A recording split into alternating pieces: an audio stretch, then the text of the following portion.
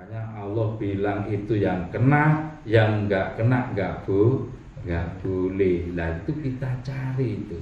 Yang nggak boleh itu yang pakai ilmu apa, manusianya yang kayak siapa, itu hanya syirik Allah itu. Haram menjadi halal. Karena saya sudah menebus, dipotong pun tangan saya, silakan. Sampai bisa mewujudkan permintaan ibunya. Jangan pulang kalau nggak bisa menggetarkan keluarga atau rakyat dengan bacaan Quran. Saderenge nglajengaken mirsani video sakjangkepipun, kula aturi kapurih nutul tombol subscribe supados boten ketinggalan video salajengipun. Kagem kemanfaatan video menika monggo dipun like, komen lan ugi share. Mugi panjenengan sedaya pinaringan seger waras, bejo donya bejo akhirat, rahayu rahayu rahayu sagung dumadi. Ilmu yang sangat bahaya kalau ada manusia minta dihormati manusia. Itu sebetulnya bukan malaikat. Iya. Niku bedane niku. Mulane Allah itu sudah kemalikinas, Rabbuna semua. Semua manusia itu ada Allah kok jaluk dihormati Allah. Tapi iki. Wis Allah jaluk dihormati. Dipikir ngono kuwi ya sapa? Kok kengkon ngurmati kene. Lah terus kene iki sapa kok jaluk dihormati kok? Wong kono wis disawang Allah kok malah kon ngurmati kene. Lah kok kene iki malaikat jazil kuwi memang malah. Lah kuwi kejadine. Nah niku ini perbedaan ini sangat orang yang mengerti karena nopo rata-rata ilmu manusia minta dihormati manusia karena kita punya pangkat yang punya kedudukan yang punya ilmu yang itulah. Jadi ketinggian apapun lepas dari Allah. Maka sudah dibilangkan manusia ada sebetulnya enggak ada, manusia hidup sebetulnya mati, manusia bisa sebetulnya bodoh, manusia kaya sebetulnya kok masih mengaku ya silakan kalau bisa bawa besok. Nggak usah minta tolong Allah. Berarti itu udah lepas dari Allah. Iya, lepas dari Allah itu. Dimusuh itu dengan Allah. Karena jadinya sombong itu tadi kok. Hati-hati. Misalnya sombong karena apa ibadahnya tekun. Iya. Malaikat Jazil juga kesombongan dari ibadahnya. Iya. Gusti, bumi pun dising dereng natos kula sujuti. Bumi dunya ini kabeh sedaya disujuti oleh malaikat Jazil. Kenapa? Kok masih disuruh sujud dengan Adam?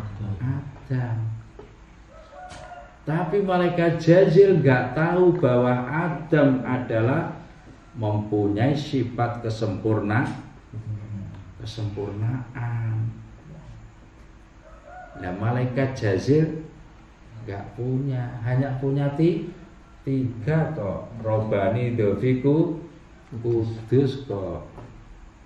Niki wau. Jasmani nggak punya, rohani nggak punya, rohmani nggak punya, nafsani nggak punya. Tapi dia nggak merasa punya kelemahan itu. Nah akhirnya sombong. Lho, jane ngelmu sing paling bahaya nih ngelmu kesombongan itu yang dilaknat dengan Allah. Selamanya di neraka jahanam. Itu perjanjian itu dengan Allah. Nah, sampai manusia sulitnya ibadah dengan Allah ya karena penggodaan dari jazir. Nah, makanya Allah bilang itu yang kena, yang enggak kena enggak boleh. Lah itu kita cari itu. Yang enggak boleh itu yang pakai ilmu apa? Manusianya yang kayak siapa? Itu hanya siri Allah itu. Coba itu. Ngapunten, Mbah. Nggih. Kados ciri-ciri manusia yang memiliki kesadaran paripurna. Maksudnya kesadaran yang hakiki itu yang bagaimana, Mbah? Yang pakai sifat-sifat Rabbuna. Sifat-sifat dari Allah. Jadi kita itu tinggal pakai yang mana? Kalau pakai sifat kenafsuan, berarti kita kerjanya, prakteknya ya juga sifat kenafsuan itu. Sifat kenafsuan yang kita pakai. Terus kita pakai sifat kemanusiaan misalnya. Itu sempurna. Makanya manusia mempunyai sifat 7 yang harus dipraktekkan dengan kejasmanian. Menjadilah orang yang sabar, menjadilah orang yang syukur, menjadilah orang yang suka mengalah, menjadilah orang yang loman, dermawan, menjadilah orang yang akas, menjadilah orang yang jujur, menjadilah orang yang ikhlas. Itu yang harus kita praktekkan. Mungkin nyampe enggak itu praktek itu. Rangkulan lebih dalam itu orang ya, itu kan yang diperhatikan Kanjeng Nabi ya. Kanjeng Nabi orang yang sabar, gak ditemukan ayahnya, ikut ibunya,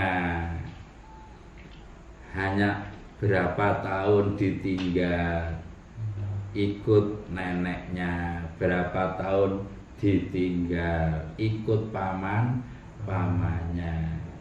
sampai diajari hanya angon kambing. Kenapa kok harus angon kambing? Karena manusia itu punya roh khayawan ini jangan sampai kayak kambing semu.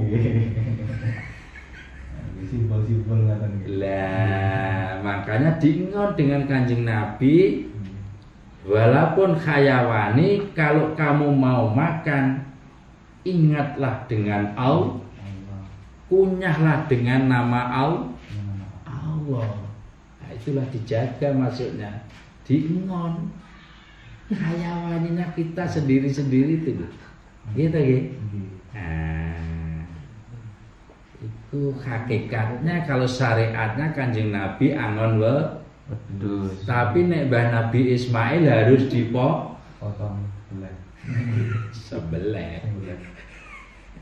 Iya tak ya? Sembelih. Nah, seperti cerita Nabi Ismail itu tadi, itu emang benar-benar disembelih. Memang disembelih. Jadi mulane Mbah Nabi Ibrahim mimpi untuk menyembelih anaknya Mbah Nabi Ismail, kan urung nabi. Ismail. Berarti nyata ya, Mbak.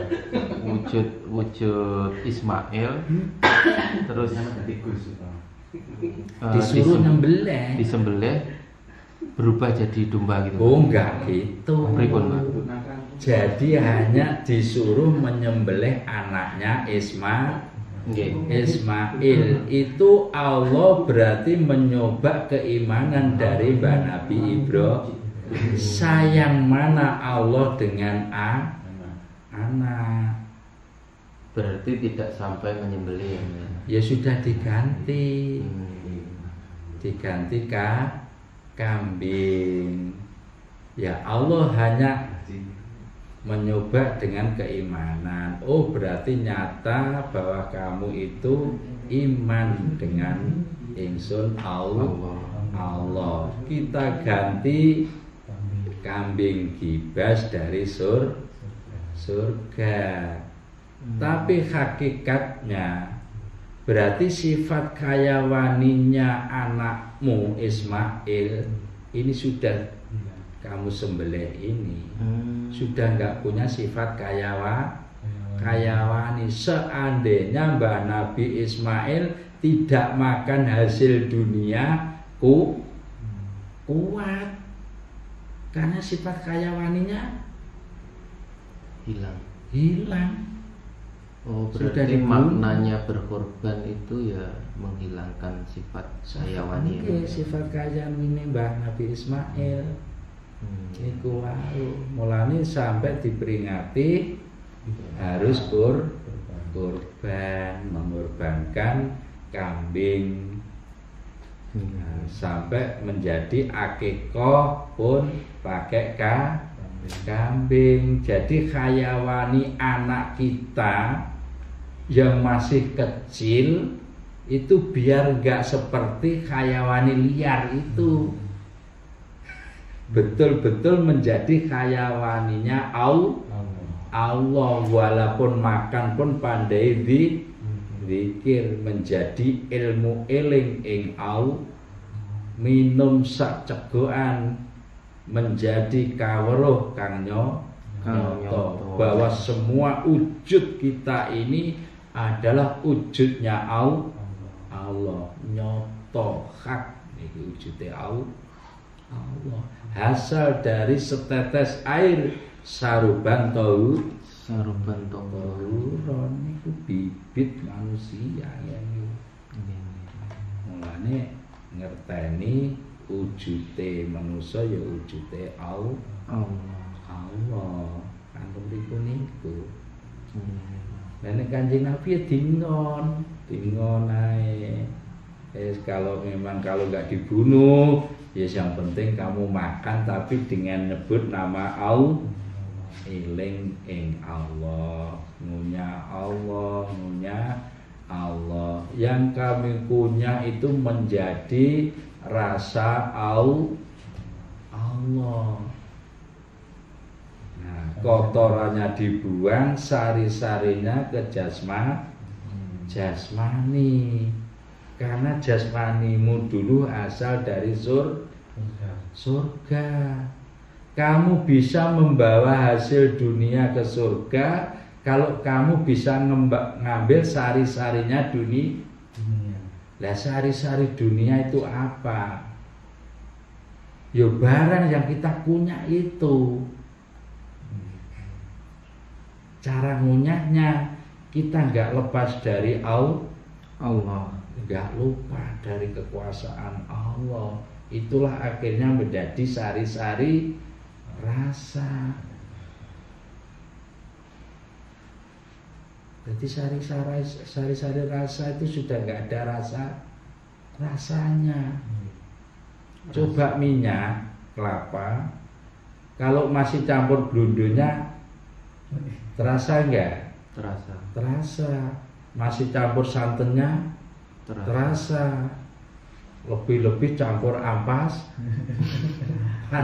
Tapi kalau sudah minyak, coba itu telan, nggak terasa apa-apa. Itu menjadi obat. Kalau Rasulullah menjadi obat itu minyak kelapa, apalagi kelapa hijau. Hijau artinya hidup, bukan kelapa merah. Merah tandanya lu kok mati. Oh berarti beda ya Pak? Tiap kelapa itu juga beda memang. Beda. Merah tandanya mati, diibaratkan belara. Munculnya Ja'anur warnanya apa? Pasti kuning. Tapi kalau janur sudah kuning berubah kok langsung merah, berarti itu janur mati. Pangan wawung harusnya ke hijau. Kalau sudah hijau terus merah, berarti itu tua. Berarti penggambarannya seperti itu, Mbak ya. Nggih. Mbak ngapunten, ini ada pertanyaan dari netizen, Mbak. Oh iya. Ada nggak manusia khusus yang bisa mengolah sesuatu yang negatif bisa jadi positif dalam dirinya?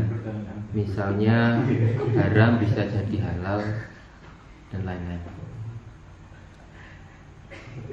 Kalau haram, yang sudah dikatakan haram itu tetap haram.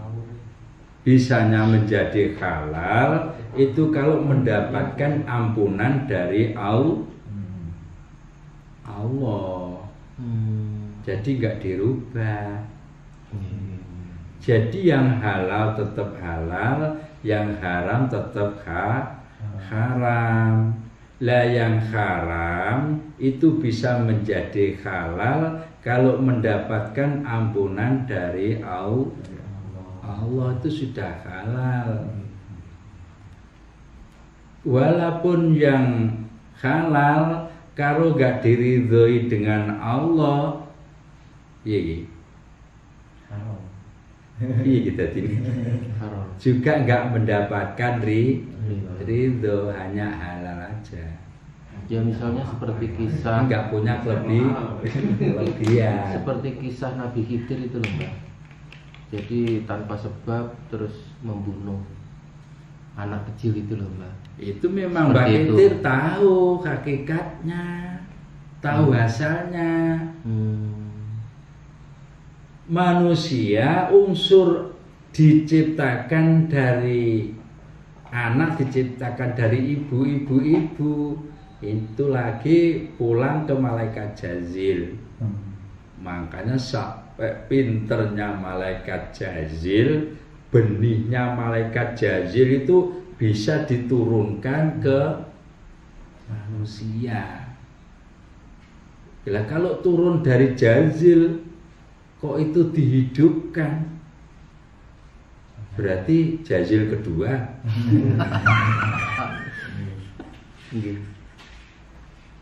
Maksudnya gitu. Makanya harus dibunuh. Jadi tahu Mbak Nabi Khidir bahwa ini bibit dari malaikat Jazil, bukan bibit dari Allah, Mbak Nabi Adam. Jadi misalnya pada kondisi tertentu, Mbak, misalnya kondisi darurat, bisa menghalalkan sesuatu yang haram. Gak bisa. Kalau halal dirubah jadi haram dirubah jadi halal. Itu ya rubahnya cara pakai ampunan. Jadi kita itu betul-betul minta ampun. Contoh, misalnya kita itu curi, mencuri uang. Ini kebetulan ada bisa korupsi, misalnya uang negara dikorupsi. Itu halal enggak? Enggak halal kan? Terus itu kira-kira bisa halal pakai apa? Nah, bagaimana caranya untuk menghalalkan? Makanya kan pakai ampunan. Jadi kita harus betul-betul minta ampun kepada Allah dan minta ampun dengan yang dikorupsi. Kalau negara sudah menghukumi kamu harus saya hukum. Nah, contoh ya, saya hukum juga kamu harus membayar sekian. Misalnya itu sudah diikuti aturan itu negara. Terus sampai minta ampun kepada Allah. Ternyata masih ada sisa. Tanda-tanda apa yang diampuni sama Allah Ta'ala itu enggak.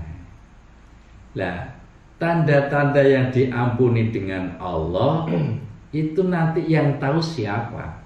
Hambanya itu. Makanya itu. Yang tahu hanya kita sendiri. Makanya contoh di Sunan Kalijogo. Contoh. Jeung Sunan Kalijogo di waktu kehidupannya Raden Said, Mas Raden Said melihat rakyat banyak yang mati kelaparan karena memang betul-betul nggak ada yang dimakan, diambilkan dari sebagian termasuk Ya, berasnya bapaknya, itu ibunya. termasuk mencuri ya Mbak ya. Itu kalau ibunya ngukumi mencuri, ya curi. Iya. Karena Gak ikhlas. gak ikhlas. Tapi kalau seandainya ibunya ikhlas, mungkin itu gak dinamakan mencuri. Karena Raden Mas Said tahu sebetulnya ini juga kepunyaan Allah. Tapi kenapa kok diakui manusia? Itu nggak punya sifat Loman. nggak welas dengan sesamai. Itu.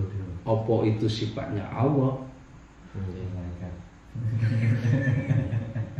Kan pakai sifat Nafsu.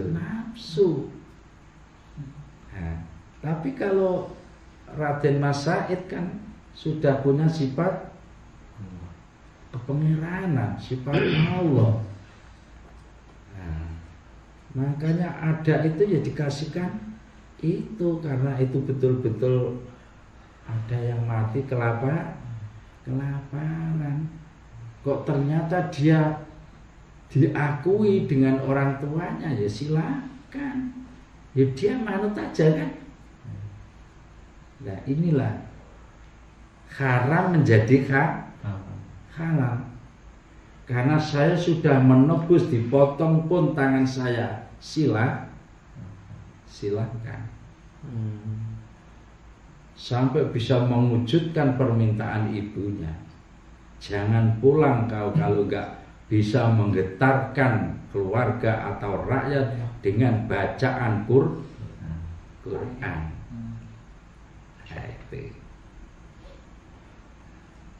Kan gitu ya. Makanya kalau ada orang yang ambil, jangan diteriak itu maling.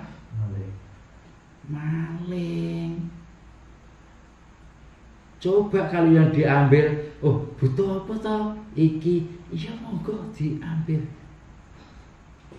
Diagem sinten damel niku kapomo monggo diambil. Bagus enggak itu jadi? Itu sifat Allah. Silakan apa yang kamu inginkan. Tapi kira-kira ada berapa yang berani praktek seperti itu? Sepertelon wae. Aja separuh. 50% remake rao. Ya sarane ya iki.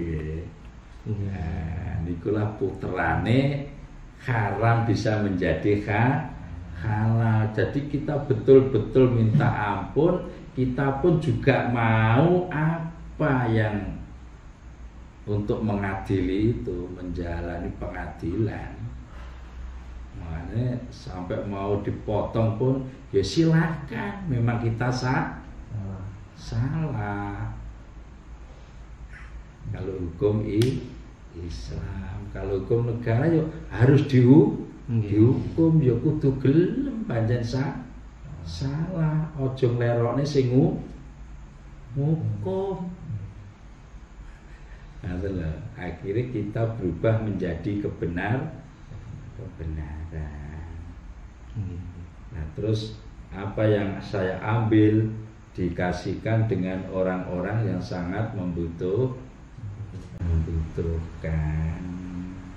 itulah menjadi halal nanti. Jadi dosanya kita yang nebus, tapi hasilnya yang membutuhkan itu menjadi halal itu.